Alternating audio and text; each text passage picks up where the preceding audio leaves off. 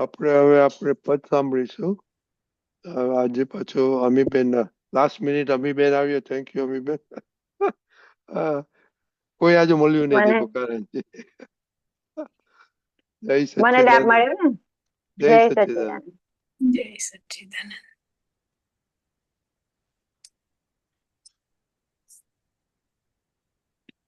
Okay Amiben. જય સચ્ચિદાનંદ. જય સચ્ચિદાનંદ. અમી ઝરણા ચૌદ લોકી પ્રકાશક નૂર છો. ગમે તે પ્રસંગે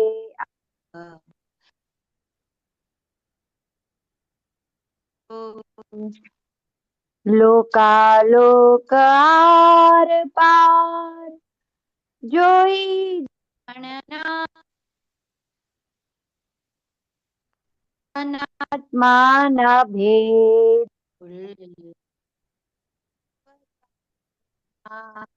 છો. ધીરજનું દેવાળું જોઈ સમય વર્તનાર છો. પહેલા મોક્ષ દઈને પછી પાયા ચાણનાર છો.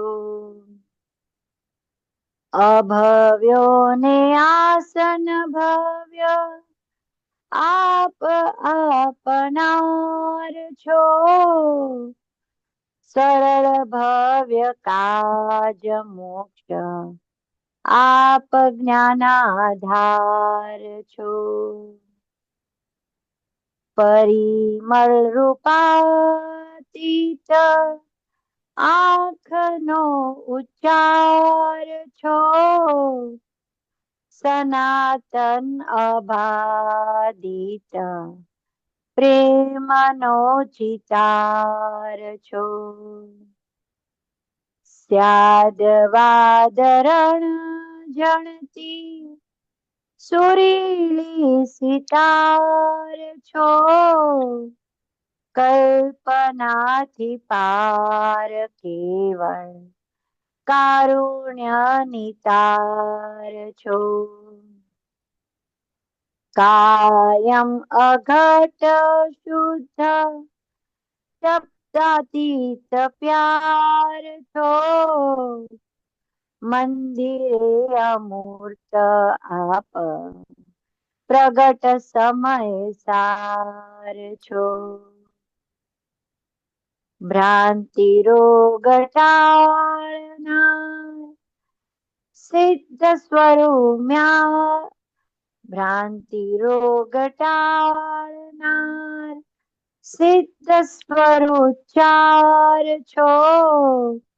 14 લોકી જ્ઞાન રાજ યથા ઉપચાર છો.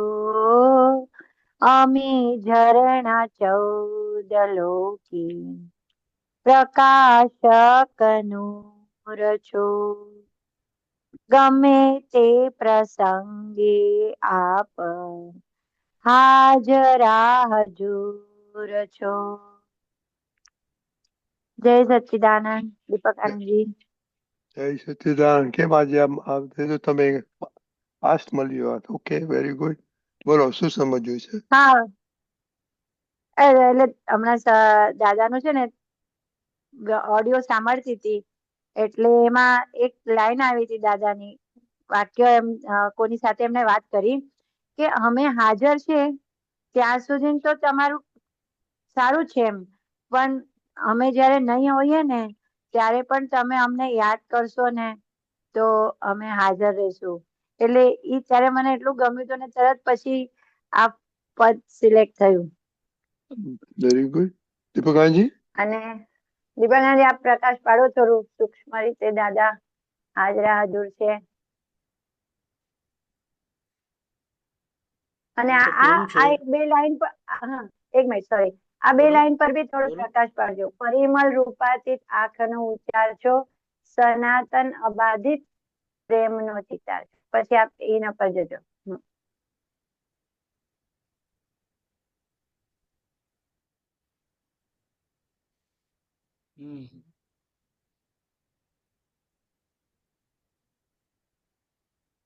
પહેલી વાત તો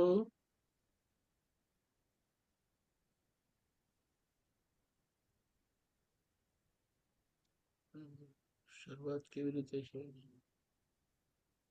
અમી ઝરણા અમી 14 લોક. ઝરણા. અમી ઝરણા એટલે સ્પ્રિંગ વોટર કહેવાય ને? ના, અમી ઝરણા એટલે શું? હા, વોટ ઇઝ અમી ઝરણા? ઝરણા ઝરણું એટલે એટલે જે સ્પ્રિંગ. ભગવાન, હા રાઈટ, કરુણા એમ ભગવાનના જે ચક્ષુમાં કહીએ ને અમી નીતરે છે તે ભગવાન તીર્થંકર ભગવાનના.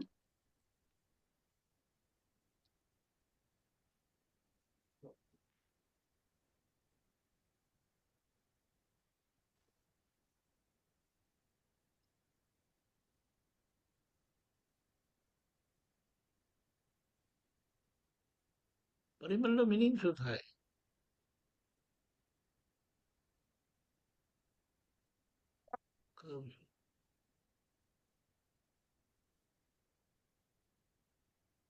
Deepika, you're checking something? Yeah. Hold on.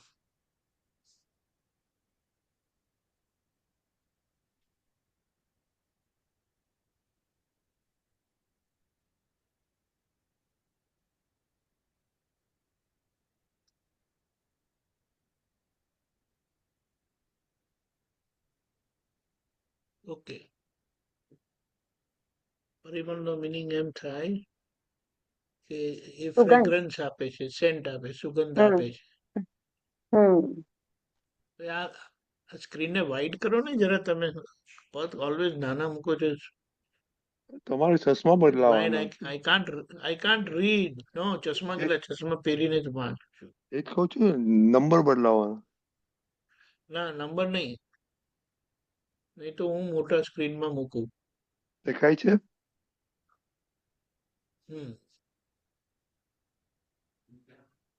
Can you see now? Yes.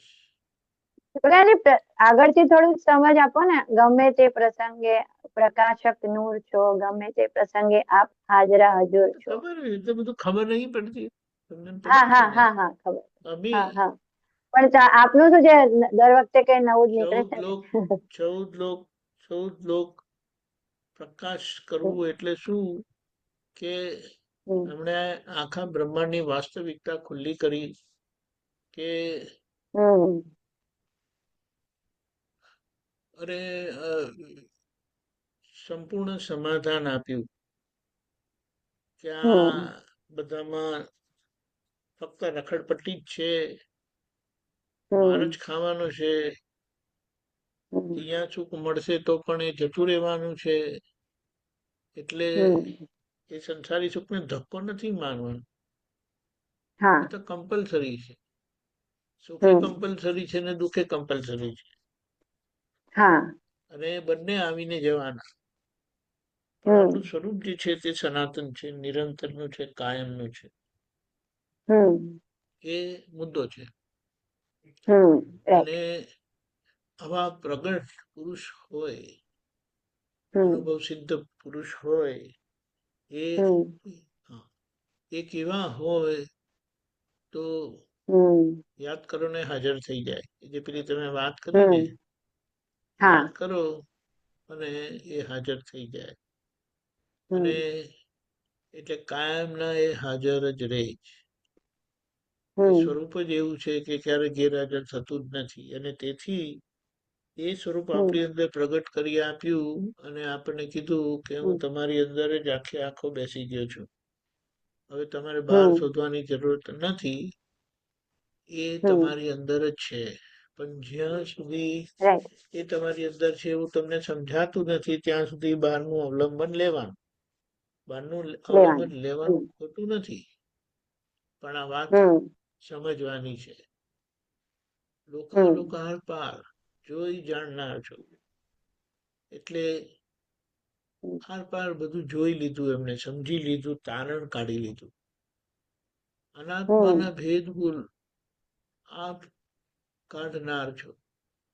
એટલે આત્મા અને અનાત્માનો ભેદ શું છે અને શું ભૂલ થાય છે એમને કાઢી આપી અને સ્પષ્ટ આપણને એની ઓળખાણ કરાવી દીધી. અને સૌથી મોટી વાત એ છે કે આજે અક્રમ સ્વરૂપે આપણને જે મળેલું છે ને એને ખૂબ ખૂબ સમજવાની જરૂરત છે. અને એ સમજી લઈએ ને તો પછી આપણે જે ધોરણનો પુરુષાર્થ કરવાનો છે ને તે સહેજ થશે. આપણે ખાલી એમ કહીએ, આપણે આજે સાચા ખોટાની માથાકૂટમાં પડીએ છીએ કે નથી પડતા. આખો દિવસ એની જ લપ હોય છે. આ સાચું ને આ ખોટું, ને આ બરાબર હતું ને આ બરાબર નહોતું. આ તમે ખોટું કર્યું ને આ તમે બરાબર કર્યું. એટલે દરેક વસ્તુ એને શું કહેવાય, સુધાર પર જ છે. એટલે મેં શું કીધું, ધીરજ નું દેવાડું જો, કારણ કે આજે કોઈ ધીરજ નથી કોઈનામાં. એમ કરીને અને એ સંપૂર્ણ ધીર ગંભીર થઈને વર્તમાન પરિસ્થિતિમાં શું જરૂરી છે તે રીતે રહીને એ જીવી ગયા. સમય વર્તન સમય પ્રમાણે વર્તવું એટલે સમય સંજોગો પ્રમાણે રહેવું. તે અહીંયા એમણે સૌથી મોટી વાત એ કરી કે મોક્ષા માટે જે વ્યવહાર ના પાયા મજબૂત જોઈએ, ત્યારે પછી એના પર મંદિર બંધાય અને ત્યારે ભગવાનની સ્થાપના થાય. તો કે આજનો સમય એવો છે કે એ કશું થાય એવું નથી. એટલે એમણે મોક્ષ પહેલા આપી દીધો. એટલે હું પરમ જ્યોતિ સ્વરૂપ સિદ્ધ ભગવાન છું એ સિદ્ધ પદ જ આપી દીધું. પરમાત્મા યોગ આપી દીધો અને કે હવે પાયા ચણી દો. કારણ કે ભગવાનના ખોડામાં બેસીને ભગવાનનું સુખ ચાખતા ચાખતા આ થઈ શકશે. પણ એના વગર, એટલે કે મોક્ષ સુખની પ્રાપ્તિથી જે ચિંતા દૂર થાય છે એનાથી હવે તમને ધીરજ પણ રહેશે. ભાઈ વ્યવસ્થિત છે ને એટલે થવાનું, તમારે કરવું છે ને માટે કુદરતમાં થઈ રહ્યું છે. તમને આજે પરિણામ ના દેખાતા હોય એ બની શકે છે, પણ તમારે કરવું છે, તમારો નિશ્ચય છે તો એ બતાડે છે કે કામ થઈ રહ્યું છે, તમને દેખાતું નથી. એટલે એવા પાયા આપણી પાસે ચડાવી રહ્યા છે વ્યવહાર, કે જેના આધારે આપણો આખો વ્યવહાર સ્વરૂપે ઓળખાતા વ્યવહાર શુદ્ધ થયો.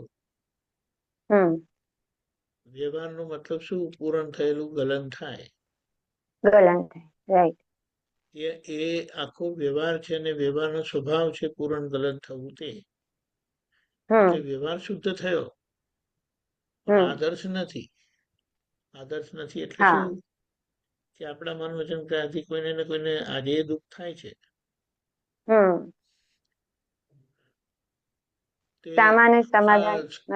સ્ક્રીન પર વચ્ચે કશું આવ્યું છે? Remove that.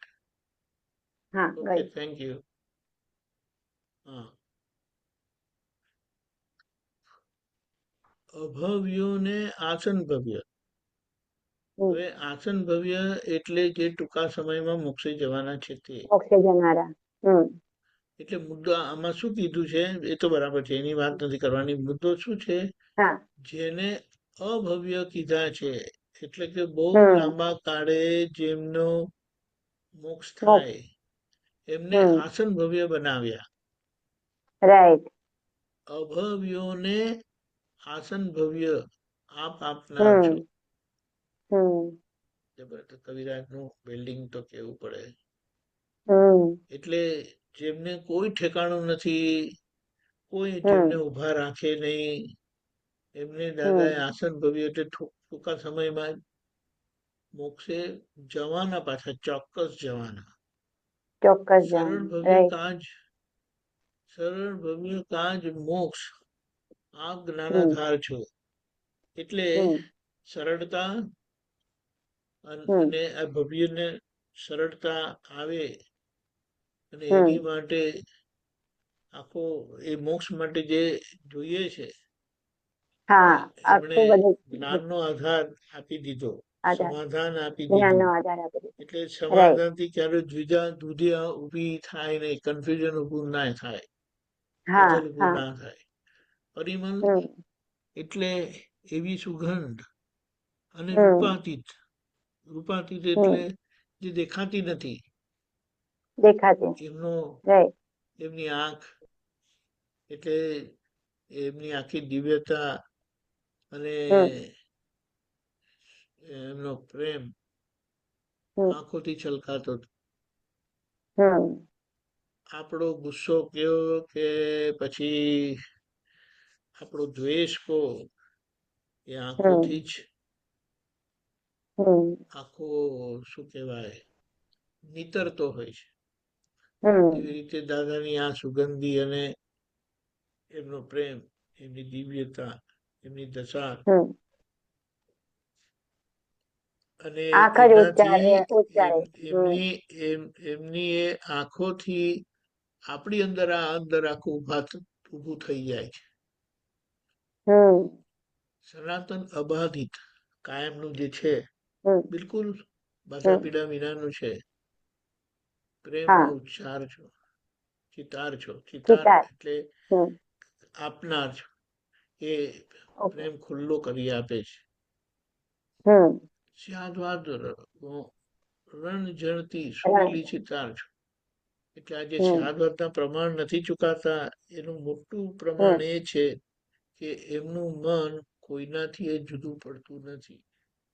એમનું મન તેથી સંપૂર્ણ નિરોગી થયેલું છે, અભિપ્રાય રહિત થયેલું છે. અને એ અભિપ્રાય પર એમણે બહુ કામ કર્યું છે, પોતાના જ અભિપ્રાય પર, અને ચોખ્ખું કરેલું છે. એટલે નિર્ગ્રંથ થયેલા છે. અને બધા તીર્થંકર ભગવાન પાસે બેસીને આયા છે. એટલે બધે જે આયા છે, બધા તીર્થંકર ભગવાન પાસે બેસીને આયા છે.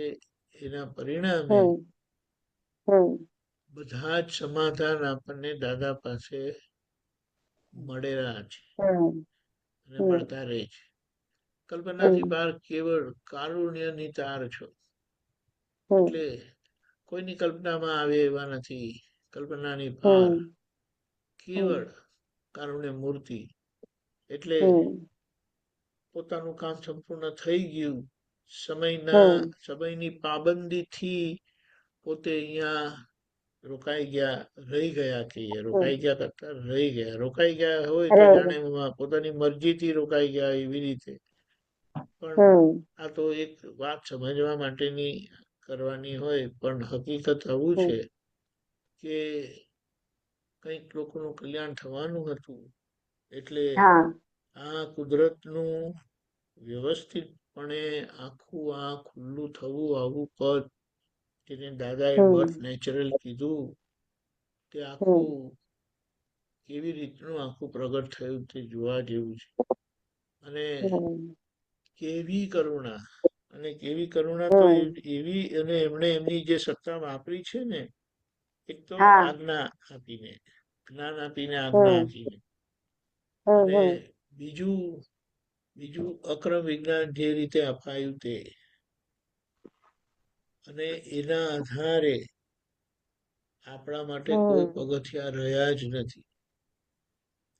શું રહ્યું? શું તો કે આ રહી ગયેલી બ્લન્ડર તો ગઈ, રહી ગયેલી મિસ્ટેક છે ને, ભૂલો,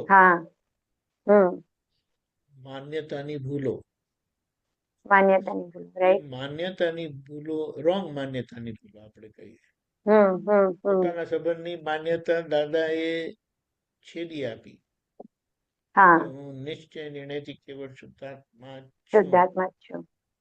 અને આખું આપણું કરતા પદ મૂળથી ઉડાડી દીધું. અને દાદા કહે છે આ કરતા પદ ગયું ને એ જ મોટું જ્ઞાન છે. કારણ કે ક્રિયાની લપમાંથી નહીં તો છૂટાય જ નહીં. ક્રિયાની માટે એટલી બધી માથાકૂટ, આગ્રહ, પકડ, ખેંચ ને બધું એ કચકચ ઝઘડા એના કારણે જ છે. એ આખું વિચારે પડી ગયું. એટલે સીધું મોક્ષની અનુભૂતિ આપણને કરાવી. આ રહી ગયેલી બાબત જે છે તે કે હવે સંજોગોમાં જાગ્રત રહીને જોયા કરો કે ક્યાં શું અસરો થાય છે, ક્યાં કેવા અભિપ્રાય ખુલ્લા થાય છે. નવા અભિપ્રાય પડતા નથી, પણ જૂના અભિપ્રાય ભજવે છે. એટલે ત્યાં એમાંથી નીકળવાનું છે. સૌથી મોટી વાત એ બને છે કે આજે પોતાનું નથી અને પોતાનું મનાય છે ને, એ બહુ વિચિત્ર ભૂમિકા છે. કારણ કે એ માયના આધારે આય છૂટી શકતું નથી. છૂટું કર્યા પછી પણ છૂટાપણાનો અનુભવ થતો નથી. એટલે જબરજસ્ત કરુણા કરી છે દાદાએ. એમનું જે પૂર્વલ આખું ટ્રાન્સપરન્ટ થયેલું, અણિશુદ્ધ પ્યોર થયેલું, એ એમના દિવ્ય સ્પર્શથી આપણી બધી ગંદકી કો જે શું કહે છે સંચિત કર્મ હતા, એક્યુમ્યુલેટેડ કર્મ, ઢગલો એ ક્યારે જાય નહીં. એ જ્ઞાનીની કૃપાથી જ જાય. તે ગયા. પછી શું કીધું? કાયમ અઘટ ઘટ વિનાનો શુદ્ધ પ્રેમ, શબ્દાતીત પ્યાર છો. કોઈ એમને કોઈ, અને એટલે આ શું એમની જોડેની જે આખી એકતા સમજાય છે, વર્તાય છે, જીવાય છે ને, તે એમની વાણી દ્વારા આપણે જે આખો વ્યવહારનો આ જગતનો ફોડ પાડ્યો છે ને, એ આપણને અહો કરે. આપણે એક વિચાર કરો, મરી ગયેલા માણસ ઉપર તમે કેટલો ક્લેમ કરો. એ ગમે તેટલું સારું કરી ગયા કે ગમે તેટલું ખરાબ કરી ગયા, તમારો એમની ડેડ બોડી પર, મરદા પર કેટલો ક્લેમ રાખો તમે? કેટલો ક્લેમ રાખો? ખબર પડે? કેટલો ક્લેમ રાખો? કેટલો ક્લેમ રાખો? બિલકુલ નહીં જેવું. તો એ જવાબ આવતો નથી ને, પણ સ્પષ્ટ રીતે. મેં કીધું બિલકુલ નહીં જેવું. નહીં જેવું જ. નહીં જેવું એટલે કઈ છે ખરું હજી અંદર? ના, એટલે ખ્યાલ આવે છે. હવે આપણે કીધું એટલે વધારે ખ્યાલ આવ્યો કે નહીં જેવું ને નહીં માં શું ફરક? એટલે એમાં કઈ રહી ગયું. જેવું એટલે રહી ગયું કઈ. નહીં, બિલકુલ નહીં. ગયા બાળી જ મેળવાનું છે. હવે કશું નથી કરવાનું. ઘી નહીં પડતું તો ઘાસલેટ નાખીને પણ બાળી મૂકે ને પેટ્રોલ નાખીને પણ બાળી મૂકે. રાઈટ. કેટલાક તો પછી પાછું એ પૂરું કરવા જાય પણ નહીં. હવે તમે જઈને એનું કરી નાખજો વિસર્જન. અમારે કશું જોઈતું નથી. જોઈતું નથી. એટલે કહેવાનું શું, એવું આખું આ જગત મળતું છે અને આપણે એમને જીવતું માનીએ છીએ ને કકડાટ કરીએ છીએ ને માથાકૂટ કરીએ છીએ, કચકચ કરીએ છીએ, ખેંચાતાણી કરીએ છીએ. બોલો, રાઈટ. આમ ના કર્યું ને તેમ ના કર્યું. વ્યવહારથી સામાન્ય ભાવે વાત કરવી એ ઓકે છે, પણ ખેંચ પકડ, કચકચ, એનું કારણ મારું તારું વિચારવું જોઈએ. વિચારો, આપણે કહીએ કયો ધર્મ ભેદ શીખવાડે છે? ના, કોઈ પણ નહીં. વિચાર કરો. બધા ધર્મના જે ટેનેટ્સ છે ને, એટલે શું કહેવાય, ગાઈડિંગ પ્રિન્સિપલ, બધા નોન વાયલન્ટ છે, સંપૂર્ણ અહિંસક છે. Right, right. અને ધર્મના આધારે ભેદ પડે છે. રાઈટ. વિચાર કરો. કે આપણે શું કહીએ કે દાદાનો ધર્મ નથી, દાદાનું વિજ્ઞાન છે. વિજ્ઞાન છે. અને એ વિજ્ઞાન આપણને સેન્ટરમાં બેસાડે છે, સેન્ટરમાં સ્થાપિત કરે છે, બેસાડે છે અને ખસવા દેતા નથી. ખસવા દેતા નથી. હવે એનો આપણે શું જવાબ લઈએ? હવે ત્યાં સેન્ટરમાં વિજ્ઞાન જ છે, સર્કલ પર ધર્મો છે, સર્કલ પર ધર્મો છે. જે સેન્ટરમાં, કેન્દ્રમાં સ્થિર થયા, એમને ધર્મનો ભેદભાવ નહીં રહે. એમને ધર્મનો ભેદભાવ નહીં રહે. રાઈટ. એમના માટે શું કીધું? એ ધર્મની માન્યતાને ઓળખે, એ ધર્મની માન્યતાને સ્વીકારે, એ ધર્મની માન્યતાને એડજસ્ટ થાય અને છતાં સેન્ટરમાં રહે.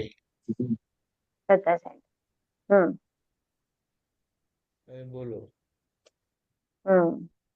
અહીંયા ખરેખર આપણે કહીએ પેલું પદ જતું રહે, છેલ્લી લાઈન બાકી છે. એટલે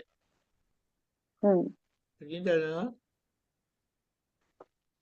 હેલો રજની દાદા, બોલો. પેલું પદ મૂકજો ને જરા, છેલ્લી 2 લાઈન બાકી. તમે બીજી વાતો કરતા, મને એમ કે પતાવી દીધું તમે. ના, બીજી વાતો.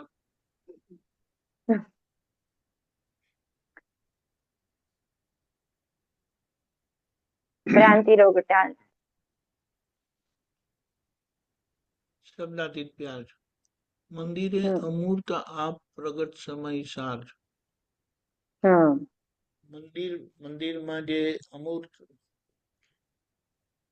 હોતા નથી, મંદિર તો મૂર્તિ સ્વરૂપે જ હોય છે, પણ જે આશયથી આખો અમૂર્ત ભાવ આખો આપણો ખુલ્લો થાય અને ભગવાનને નિશ્ચયને સમય સાર કીધો અને વ્યવહારને પૂતગલ સાર કીધો. પૂતગલ સાર કીધો એટલે જીવતો સમય સાર આપણી સામે દેહે કરીને મૂર્તિમંત આપણી સામે આવ્યો. ભ્રાંતિ રોગ ટાળનાર સિદ્ધ સ્વરોચ્ચાર છો. એટલે ભ્રાંતિ કાઢીને સિદ્ધ પદ આપ્યું આપણને, સીધે સીધું. 14 લૌકિક જ્ઞાન રાજ યથા ઉપચાર છો. ઉપચાર છો એનો મતલબ શું? કે મોક્ષ છે તો માન્ય રાખ્યું, પણ મોક્ષનો ઉપાય, ઉપચાર એટલે ઉપાય આપણા પાસે હતો કે જે ઉપાયથી મોક્ષ થાય. 14 લોક ના રાજા જ્ઞાનરાજ કે જે 14 લોકને ઓળખી લીધું છે અને 14 લોકમાં કશી કોઈ જગ્યા એમને બાંધી શકે નહીં. એટલે જેના માટે એમ કીધું છે કે જે અપ્રતિબદ્ધપણે વિચરે છે, અપ્રતિબદ્ધ પણ જે વિચરે છે રાનીને ફરી ફરી યાદ કરીને, નામ લઈને યાદ કરીને નમન કરું છું. નમન કરું છું. એ આપણો ઉચ્ચાર થયો છે. એટલે આ બધી સમજણથી આપણે આપણી આ બધી ખામીઓ એમ કરીને નીકળી જાય એ જોવાની છે. અને ત્યારે આપણે જીત્યા કહેવાય.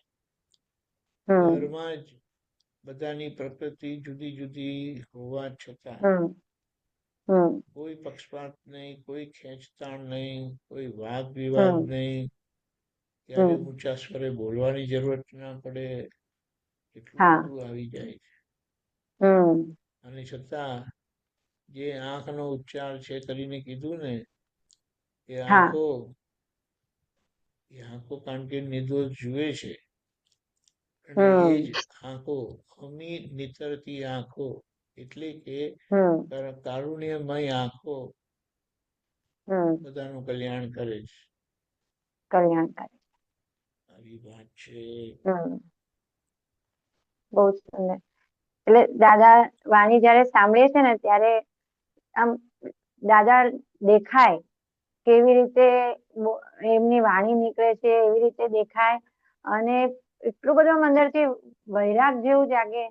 આજે જ સાંભળતી હતી કે કેટલી ચોવીસી વટાવીને આવ્યા છો, હવે તો પાસરા થઈ જાઓ, એવા શબ્દ જયારે સાંભળીએ ને ત્યારે થાય કે દાદા આજો કેવી ટાઈમ. પણ પાસરા થવું એવું એટલે શું? પોતાની મરજી છોડી દો ને જગત ચલાવે એમ ચાલો.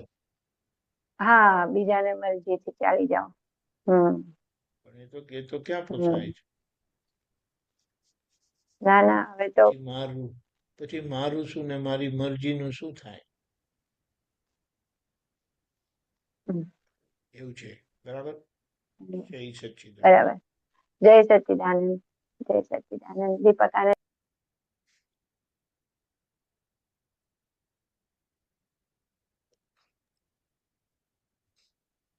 જય સચ્ચિદાનંદ. જય સચ્ચિદાનંદ. વિવેકાનંદજી, આપણે હવે થોડો ટાઈમ છે તો આપણે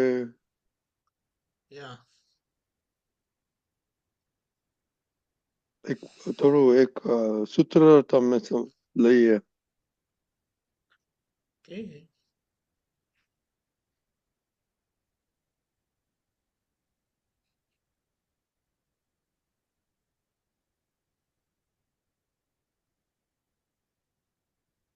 માનનો એ લોભ હોય છે વટે, લોભથી સંયોગ ઉભા થાય, સંયોગ ઉભો થયો એટલે સંસાર ઉભો થાય. એનો મતલબ શું? માનનો લોભ એટલે હજી વધુ માન જોઈએ, હજી વધુ માન જોઈએ.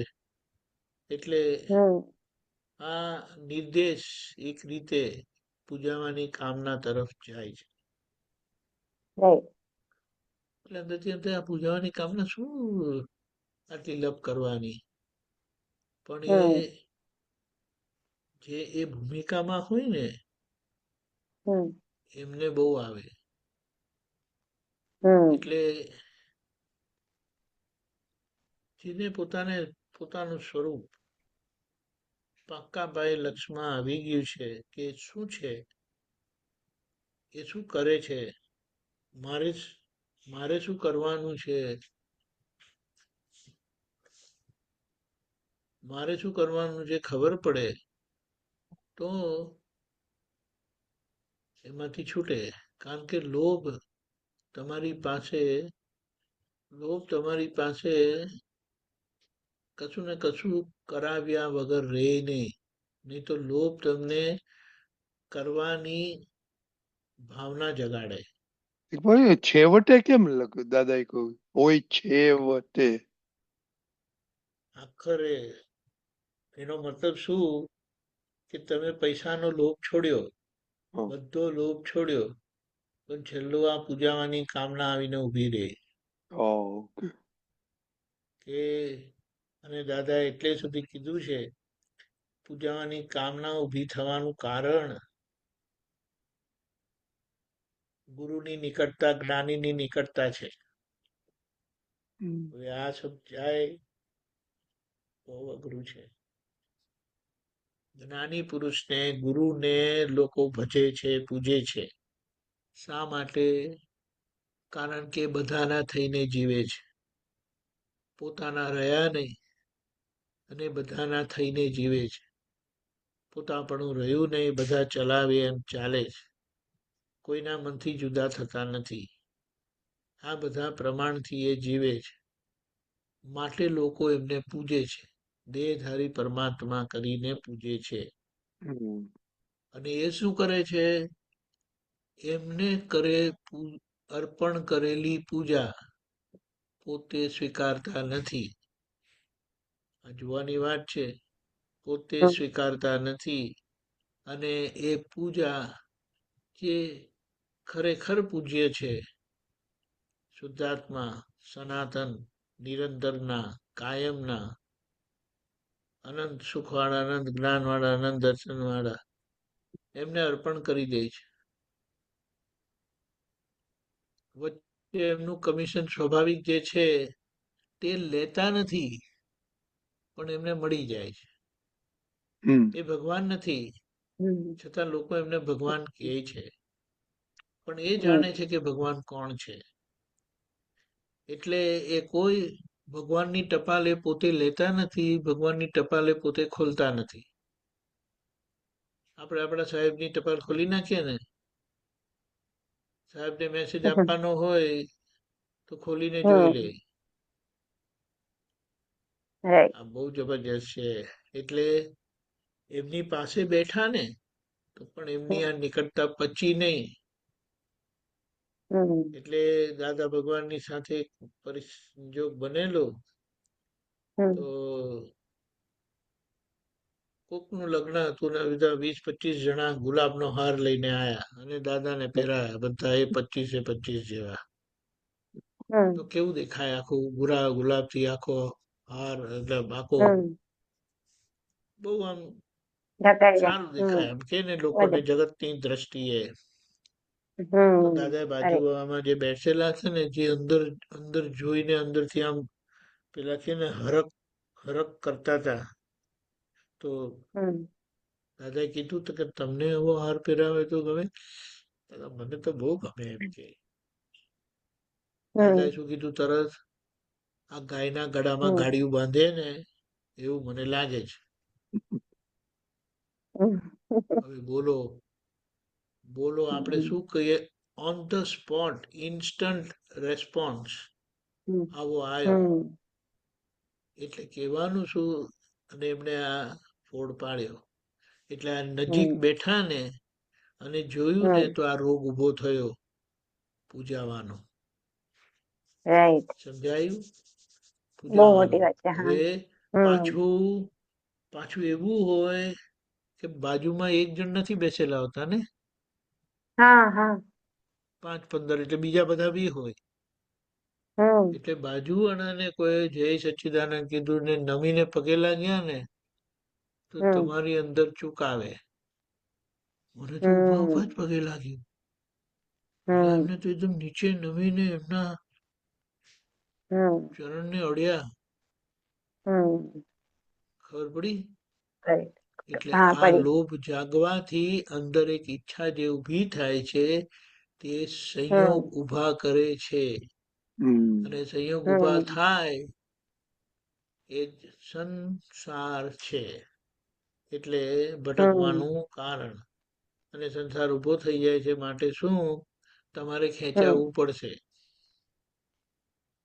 ખ્યાલ આવ્યો રણની દાદા? ઈચ્છા મેન છે ને આમાં. ઈચ્છાઓ મેન થઈ ને આમાં. ઈચ્છાઓ જ મેન બરાબર છે, પણ એ ઊભી કેમ થાય છે તે પકડાયું નહીં. બરાબર. આપતો પુત્રો સત્સંગ કરે છે તો કેટલા મહાત્માઓને અંદરથી એમ થાય એમના કરતા તો હું બરાબર જવાબ આપું એમ છું. એમણે પૂરો જવાબ આપ્યો નહીં. એમણે 2 મિનિટના જવાબમાં 2 કલાક લગાડ્યા. કેમ આવું થાય છે? વિચારવાની વાત છે. આવું થવાનું કારણ શું? મને વધારે ખબર છે. જે પણ હોય તે, પણ મુદ્દો શા માટે? એટલે વાત સમજવાની છે કે નજીક બેસે એટલે પોતાને અંદર આ લાલચ ઊભી થાય છે. મને પણ લોક પૂજે. અને વખતે હાર પહેરાયો હોય અને હાર પહેરાવતા પહેરાવતા પતી ગયા અને તમારા માટે ના રહ્યો, તો જુઓ ત્યારે ફ્યુઝ કેવો ઉડી જાય છે. અને વખતે જો કોઈને પહેરાવેલો કાઢીને પછી તમને પહેરાવે તો વધારે મગજ ફરી જાય. એટલે આ બધી વસ્તુ છતાં આ અક્રમ વિજ્ઞાન આપણને મળેલું છે. આપણને દાદાએ નિષ્પક્ષપાતી બનાયા છે.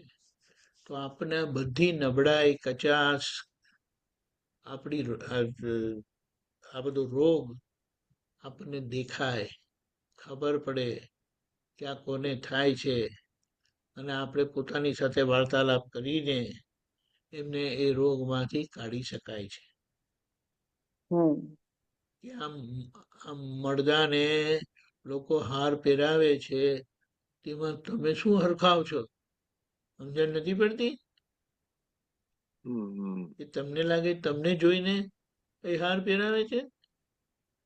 ભૂલ થાય છે તમારી.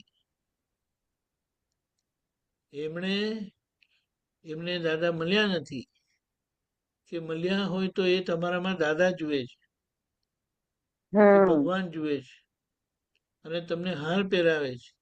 તો તમારી જવાબદારી બને છે એ હાર ન સ્વીકારતા એટલે ના પાડે, નહીં મને ભલે છે, આપણે એનો કોઈ આર્ગ્યુમેન્ટ નથી, પણ એ હાર પહેરાવે તમે સીધો દાદાને પહેરાવી દેવાનો. એમ કરીને પહેરાવાનું નથી, પણ એમના ભાવ દાદાને પહોંચાડી દેવાનો કે દાદા એમનું કલ્યાણ કરજો, અમને બધી મુશ્કેલીઓમાંથી દૂર કરજો. એટલે આ વાત છે. એટલે ત્યારે અને લોભ છે તો ત્યાં સુધી એ સંજોગ ભેગા કરશે. અને સંજોગ એટલે શું? કે સંસાર.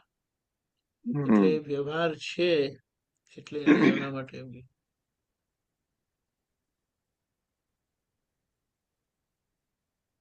લોભ થી સંસાર ઉભો થાય. એટલે તમે નવા સંજોગને જન્મ આપો છો. એટલે હવે તમને પ્રસૂતિમાંથી પસાર થવું પડશે. કમ્પલસરીલી. હવે આ જો કોઈને દેખાય, આ જ્ઞાન એવું છે કે આખી પારિણામિક દ્રષ્ટિ આપણી ખુલ્લી કરે છે, અને હળહળાટ એમાંથી નીકળી જવાય. અને જો એવી રીતે નીકળેલા હોય તે કેવા હોય એ વિચાર.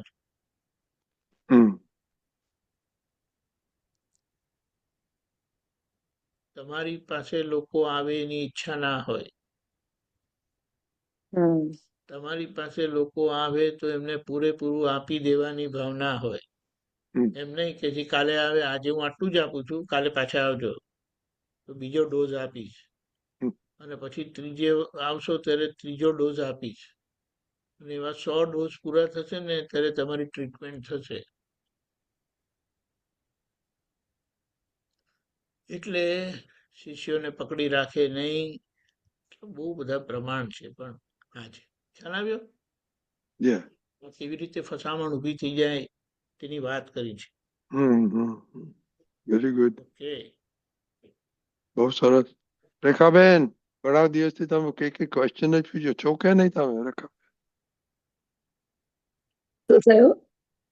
તમે ઘણા દિવસથી કઈ